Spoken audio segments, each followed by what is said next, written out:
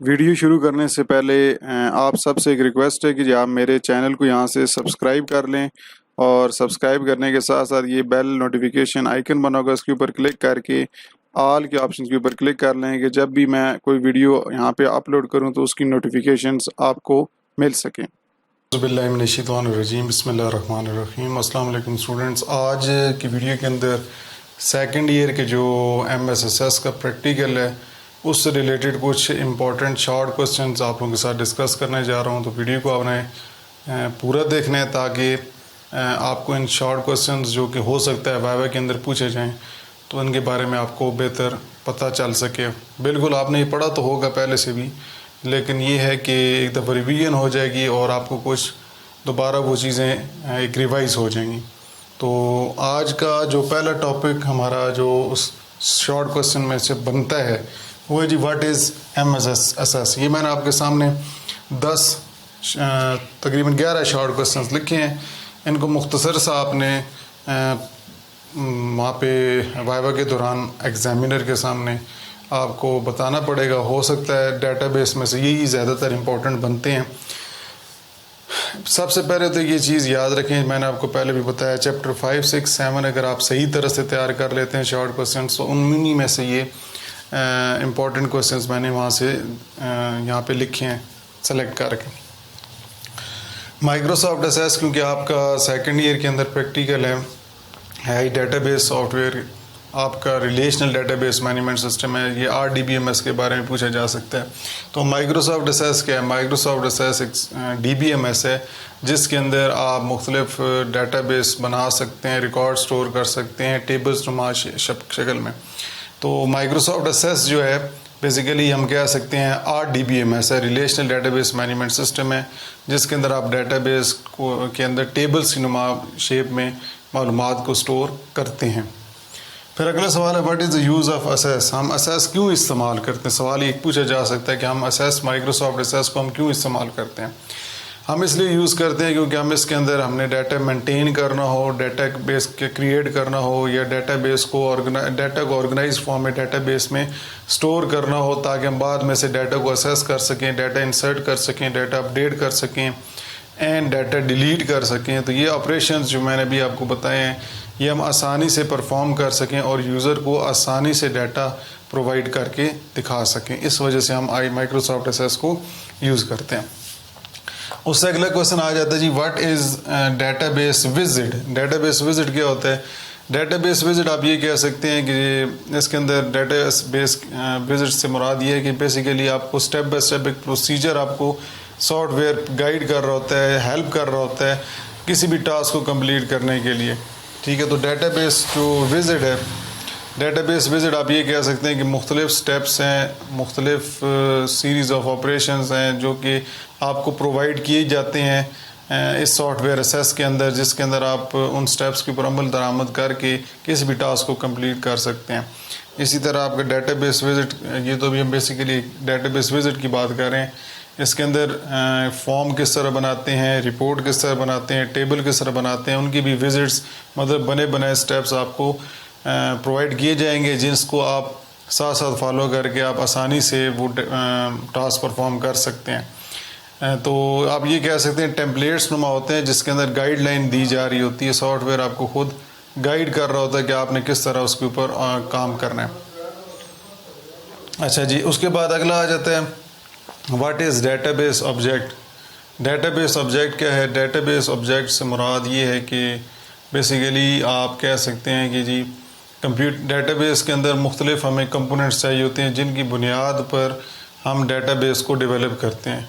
अब उन कंपोनेंट्स को हम यहाँ पर डेटाबेस ऑब्जेक्ट का नाम देते हैं, जिसमें फॉर्म, रिपोर्ट्स, टेबल, क्यूरीज, ये चार बेसिकली 4 ऑब्जेक्ट्स हैं डेटाबेस के, जिसके अंदर आप लोग कह सकते हैं कि जी टेबल, फॉर्म, रिपोर्ट और क्यूरीज ये 4 जो हैं ये इम्पॉर्टेंट ऑब्जेक्ट्स हैं डेटाबेस के, जिनकी बदौलत हम एक डेटाबेस एप्लीकेशन को डेवलप करते हैं। अगला आ जाता है जी 2 टेबल व्यूज़ कौन से हैं जी? 2 तरह के व्यूज़ आपको यहाँ पे प्रोवाइड किए जाते हैं, जिसके अंदर एक व्यू जो होता है आपका डिज़ाइन व्यू है और एक है data sheet view. Data sheet view के अंदर आप टेबल्स की फॉर्म में आपको रिकॉर्ड दिखाया जाता है। कॉलम्स और रोज़ की बुनियाद पर आप वहाँ पे इंसर्ट भी कर सकते हैं, चेंज भी कर सकते हैं, डिलीट भी कर सकते हैं।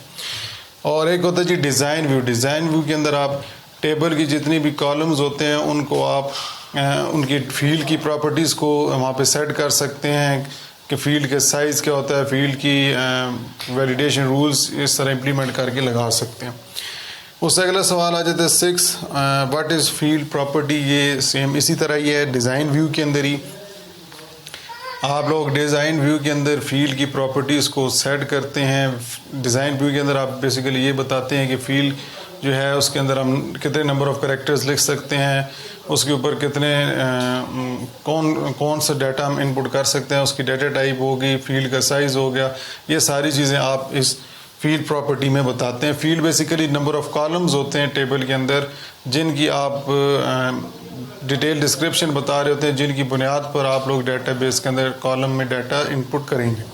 फील्ड वैलिडेशन रूल्स की अगर बात करें तो फील्ड वैलिडेशन रूल जो है, वैलिडेशन का मतलब होता है चेक करना। तो चेक करने के लिए रूल बनाए जाते हैं फील्ड के ऊपर, कॉलम के ऊपर कि क्या जो यूज़र डाटा लिख रहा है क्या वो उस रूल के मुताबिक है या नहीं।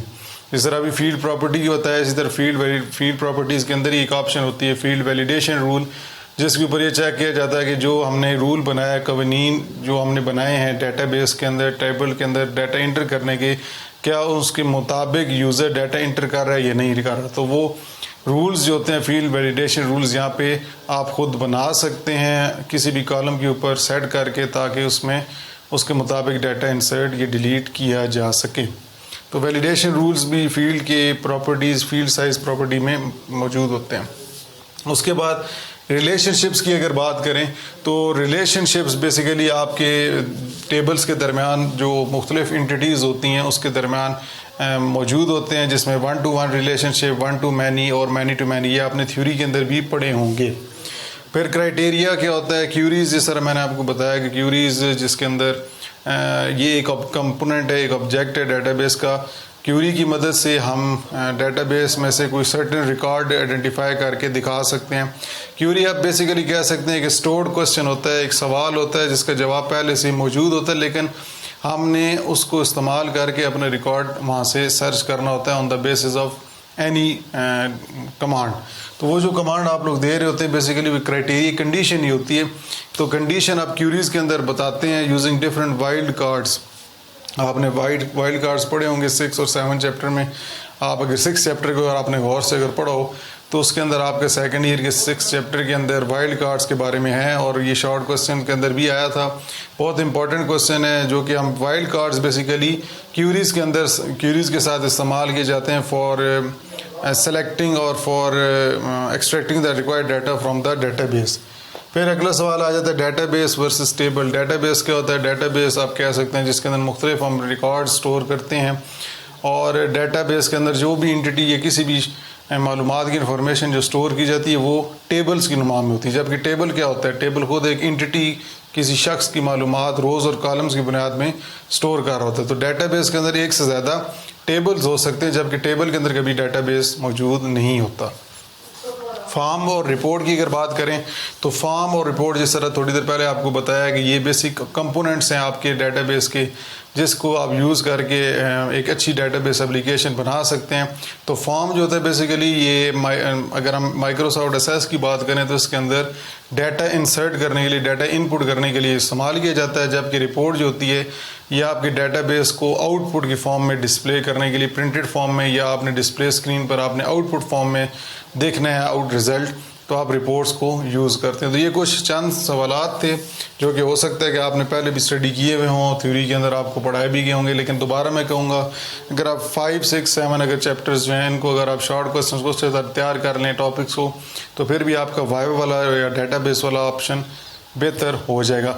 अच्छा, कुछ 1-2 प्रैक्टिकल्स हैं जो कि एक्सरसाइज से मैं आप लोगों के साथ डिस्कस करूंगा। यहाँ पे कंप्यूटर के ऊपर, स्क्रीन के ऊपर प्रैक्टिकल परफॉर्म करके आप उसको भी एक दफ़ा देख लीजिएगा। कल यानी तो परसों इंशाल्लाह मैं वो भी अपलोड करूँगा, जिससे आपके लिए आसानी पैदा हो जाएगी कि प्रैक्टिकल को किस तरह परफॉर्म किया जाता है या किस तरह उसका प्रोसीजर लिखा जाता है। कुछ आपको मैंने जो 5 अपलोड करके दिए हैं वो आपकी बुक में मौजूद हैं, लेकिन उसके एंड पे जो एक्सरसाइज है उसमें से कुछ प्रैक्टिकल्स मैं परफॉर्म करके आपके साथ सामने रखूँगा।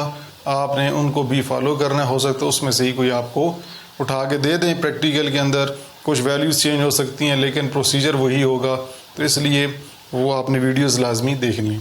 तो अगर ये वीडियो आपको पसंद आती है, वीडियो को लाइक कीजिएगा, शेयर अपने दोस्तों के साथ कर दें और साथ साथ अभी तैयारी जारी रखें। नेक्स्ट मंथ इंशाल्लाह आपके प्रैक्टिकल्स होने लगे हैं, तो बिल्कुल जी इसको तैयारी करेंगे तो आप बेहतर परफॉर्म कर सकते हैं प्रैक्टिकल, वरना आपके नंबर कम भी आ सकते हैं। इंशाल्लाह नेक्स्ट वीडियो में आपसे मुलाकात होती है, तब तक के लिए अल्लाह हाफिज़।